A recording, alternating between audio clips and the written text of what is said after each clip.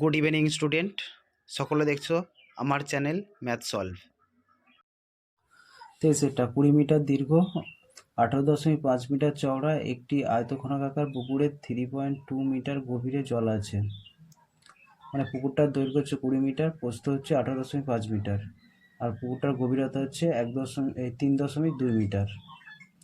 তাহলে ঘন্টায় 160 কিলোলিটার জলসেচ করতে পারে এমন একটি পাম্প কতক্ষণে পুকুরের সমস্ত জলটাকে তুলতে পারবে সেটা হিসেব করতে বলেছে। ওই জল যদি 59.2 মিটার দীর্ঘ এবং 40 মিটার চওড়া একটি আল বরাবর দেয়া ধান খেতে ফেলা হয়, তবে সেই জমির জলের গভীরতা কত হবে হিসাব করে লিখি। পুকুরটির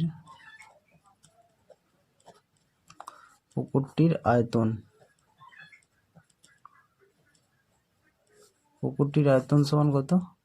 20 গুণিতক 18.5 গুণিতক 3.2 ঘন মিটার সমান, এটা গুণ করলে কত হবে? 1184 ঘন মিটার।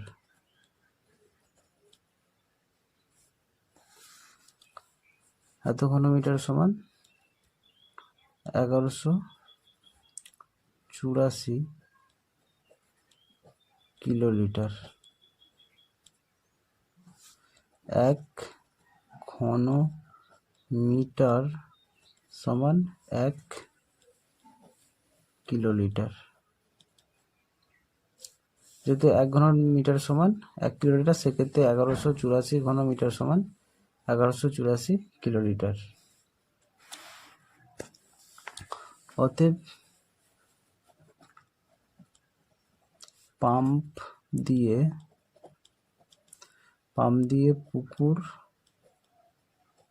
পুকুরের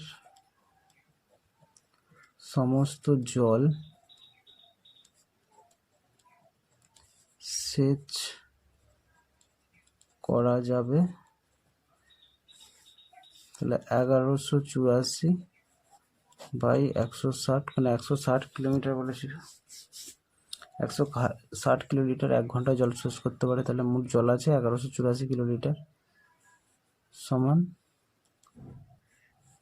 2 দিয়ে কাটো, 2 দিয়ে কাটলে 2 8 16, 2 0 0, 2 দিয়ে কাটো, 2 5 10, 2 9 18, 2 2 4।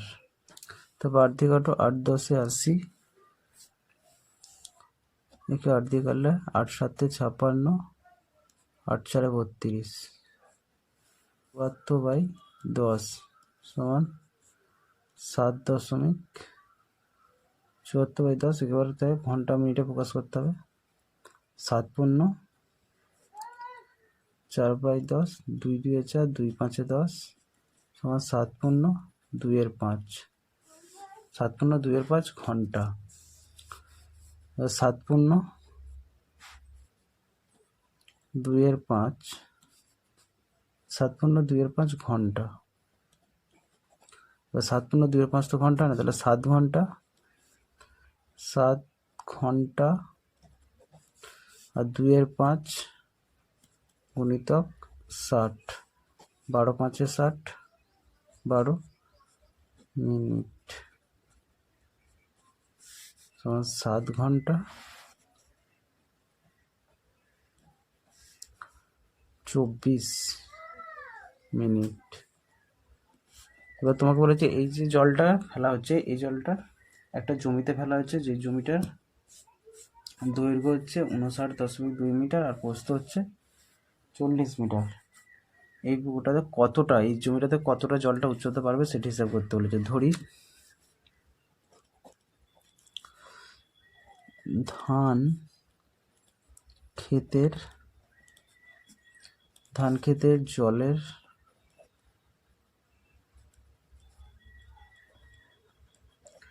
গভীরতা x মিটার, জলের গভীরতা x মিটার। শর্তানুসারে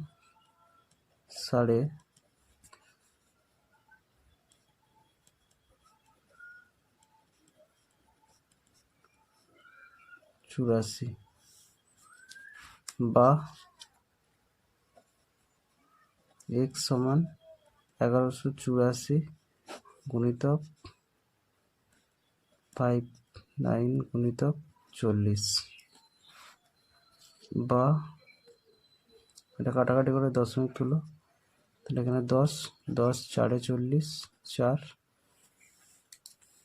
592 2 1084 2 2 4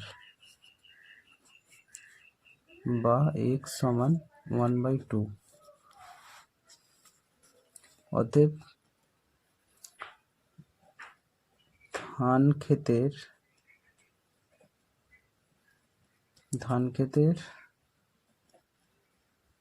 জলের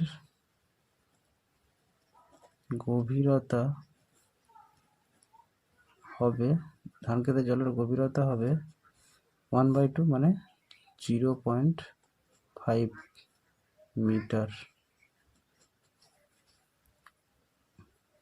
সমান 5 ডেসিমিটার।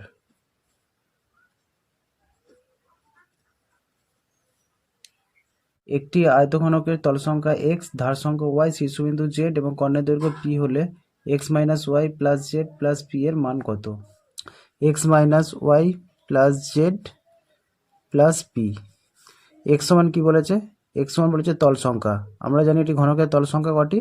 তল সংখ্যা হচ্ছে 6টি। মাইনাস y সমান কি বলেছে? ধার সংখ্যা। ধার সংখ্যা কটি? 12টি। তাহলে 12 প্লাস জেড। জেডটা কি বলেছে? জেড বলেছে শীর্ষবিন্দু। শীর্ষবিন্দুর সংখ্যা কটি? 8টি প্লাস 8 প্লাস পি। পি বলেছে কর্ণের দৈর্ঘ্য। কর্ণ সমান কটি? কর্ণ হচ্ছে 4টি। যোগ করো, এখানে -12, এটা প্লাস, এটা প্লাস, 18, 6 4 10, 8 18, 18 থেকে 12 বিয়োগ করলে 6, তাহলে 18 মাইনাস 12 সমান 6। তাহলে x minus y plus z plus p এর মান হবে 6। দুয়েরটা, একটি আয়তঘনকের মাত্রাগুলির দৈর্ঘ্য যথাক্রমে 4 6 4 একক এবং 8 2h-1 ও 2 একক। মানে দুটো আয়তঘনক দিয়েছে, দুটো আয়তঘনকের মাপগুলো দিয়েছে। যদি আয়তঘনকের দুটির ঘনফল, মানে দুটো যে আয়তঘনক দিয়েছে দুটোর ঘনফল সমান হলে এইচ এর মান কত? তাহলে দুটো ঘনফল সমান দিয়ে বসিয়ে দাও। দুয়েরটা 8 গুণিতক 2h-1 গুণিতক 2 ইকুয়াল টু দ্বিতীয় ঘনফলটা কি? 4 × 6 × 4। এবার কথা হচ্ছে আমরা এটা কেন প্রথম ঘনফলটা কেন এদিকে বসালাম? কারণ তোমাকে এইচ এর মান বার করতে হবে, তাই সেই জন্য এইচটাকে বাঁ দিকে রাখলাম। বা 2h-1টাকে এদিকে রাখলে বাকি এই দুটো এদিকে পাঠিয়ে দাও। 4 গুণিতক 6 গুণিতক 4 বাই 8 গুণিতক 2 কাটাকাটি কর, 4 2 8, 2 2 4, 2 2 কাটা, বা 2h-1 ইকুয়াল টু 6 বা 2h ইকুয়াল টু 6 প্লাস 1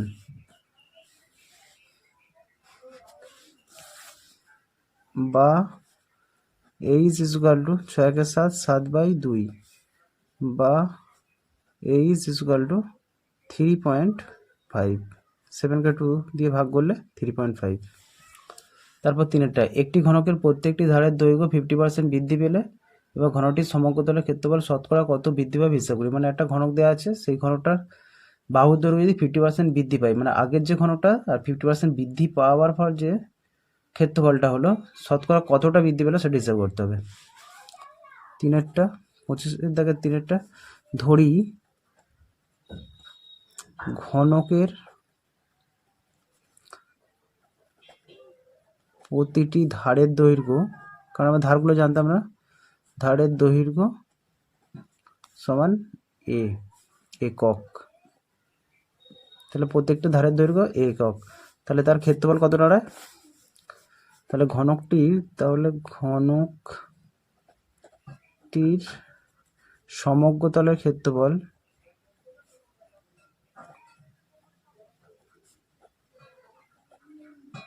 ক্ষেত্রফল সমগ্র তলের ক্ষেত্রফল সমান কি 6a² বর্গ একক, যদি ক্ষেত্রফল বর্গ একক।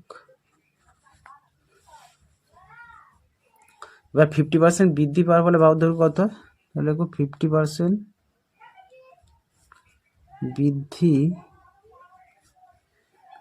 বৃদ্ধি পেলে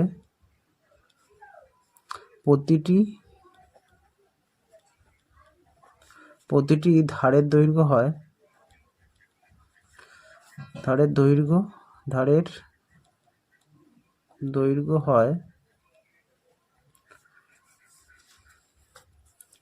তাহলে a প্লাস a ইন্টু 50/100,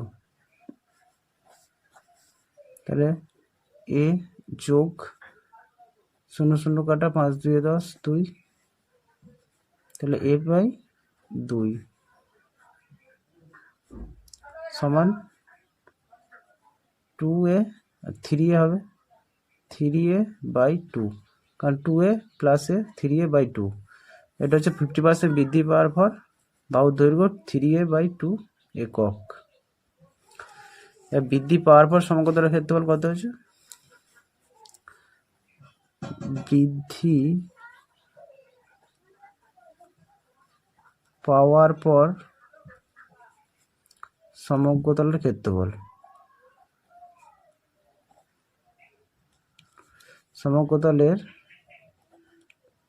ক্ষেত্রফল সমান সমগ্র তলের ক্ষেত্রফল 6 ইন্টু বাহু স্কয়ার, বাহু হচ্ছে 3a/2 এর হোল স্কয়ার সমান 6,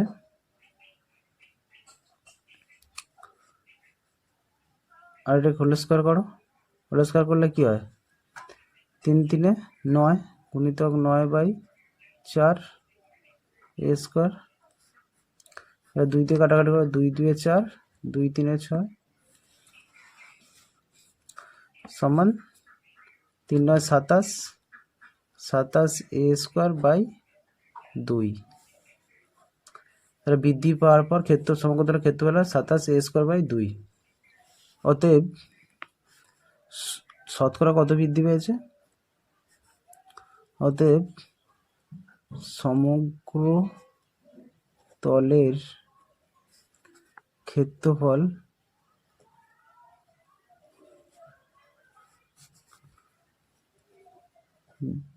বৃদ্ধি পেয়েছে, শতকরা বৃদ্ধি পেয়েছে কত?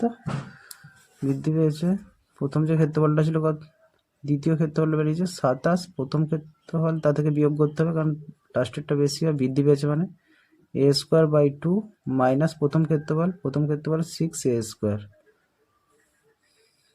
বাই 6a স্কয়ার গুণিতক 100, এটার পাশে পার্সেন্টেজ চিহ্ন দাও কারণ শতকরা বার করছি,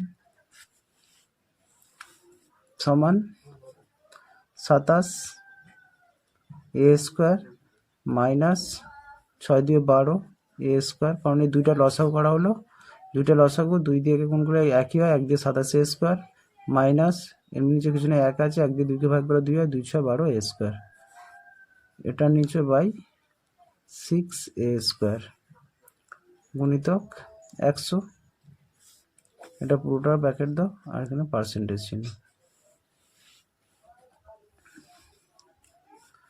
সমান, এটা বিয়োগ করলে কত? 15 a স্কয়ার/2 গুণিতক, এটা যদি নিচে এটা টোলটা বসালে 1/6a স্কয়ার গুণিতক 100, একই রকম ভাবে পার্সেন্টেজ চিহ্ন দাও,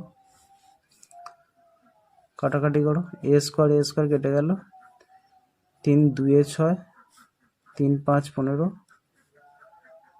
2 50 100 2 25 50, তাহলে 25 5 125 সমান 125%, তাহলে শতকরা বৃদ্ধি পেয়েছে 125%।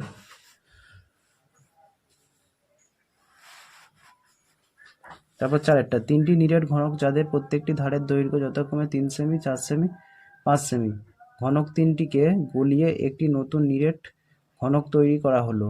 নতুন ঘনকটির একটি ধারের দৈর্ঘ্য কত হবে? মানে তিনটে ঘনক দেওয়া ছিল, তাদের দৈর্ঘ্য দেওয়া হয়েছে 3 সেমি, 4 সেমি, 5 সেমি। ওই তিনটেকে গলিয়ে একটা ঘনক তৈরি করা হবে এবং সেই ঘনকটার একটা ধারের দৈর্ঘ্য কত হয় সেটা তোমাকে বার করতে বলেছে। তাহলে 4টা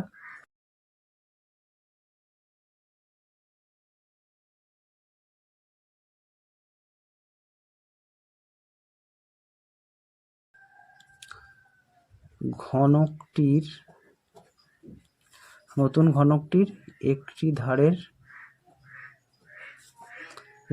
ধারের দৈর্ঘ্য সমান a সেমি। তাহলে একটা ধারের দৈর্ঘ্য হচ্ছে a সেমি। শর্তানুসারে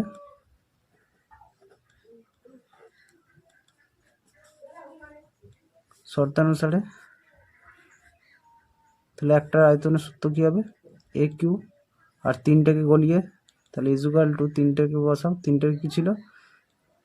তাহলে 3q plus 4q plus 5q। কেন? কারণ প্রথম ঘনকটার আয়তন, দ্বিতীয় ঘনকটার আয়তন, তৃতীয় ঘনকটার আয়তন, তিনটে ঘনকের যোগ আয়তন, বা এ কিউ সমান 3কে 3 বার গুণ করলে 27, 64, 125, বা এ কিউ সমান 216। এগুলো যোগ করলে 216 হয়। বা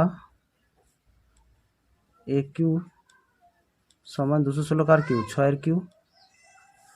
বা এ সমান 6। তাহলে নতুন যে ঘনকটা তৈরি হচ্ছে তার বাহুর দৈর্ঘ্য হবে 6 সেমি। তারপর 5এরটা বলছে একটি ঘরের দুটি সংলগ্ন দেয়ালের দৈর্ঘ্য যথাক্রমে 12 মিটার, 8 মিটার। ঘরটির উচ্চতা 4 মিটার হলে ঘরের মেঝের ক্ষেত্রফল কত হবে হিসাব করি। তাহলে ঘরটির দৈর্ঘ্য দেওয়া আছে, প্রস্থ দেওয়া আছে। দৈর্ঘ্য বলেছে 8 মিটার, দেয়াল সংলগ্ন বলছে একটি ঘরের দুটি সংলগ্ন দেয়ালের দৈর্ঘ্য যথাক্রমে 8 মিটার হচ্ছে 12 মিটার। 5এরটা একটি ঘরের দুটি সংলগ্ন দেয়ালের দৈর্ঘ্য 12 মিটার ও 8 মিটার। ঘরটির উচ্চতা 4 মিটার হলে ঘরটির মেঝের ক্ষেত্রফল কত হবে? যেহেতু একটি দেয়ালের দুটি দৈর্ঘ্য দেওয়া আছে 12 মিটার, 8 মিটার, তার মানে একটা হচ্ছে দৈর্ঘ্য, একটা প্রস্থ। তাহলে মেঝের ক্ষেত্রফল, যেহেতু আয়তকার ঘর, তাহলে আয়তক্ষেত্রের ক্ষেত্রফলের সূত্র ফেলে দাও। 5এরটা ঘরটির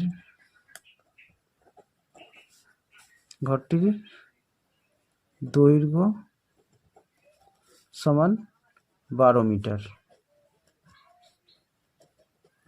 যেহেতু দুটি দেয়াল সংলগ্ন দৈর্ঘ্য দিয়েছে, তাহলে একটা দৈর্ঘ্য আর প্রস্থ সমান 8 মিটার। দৈর্ঘ্য 12 মিটার, প্রস্থ 8 মিটার। এবার ঘরটির মেঝের ক্ষেত্রফল, অতএব ঘরটির মেঝের ক্ষেত্রফলের সূত্র কি? আয়তক্ষেত্রের ক্ষেত্রফলের সূত্র দৈর্ঘ্য ইন্টু প্রস্থ।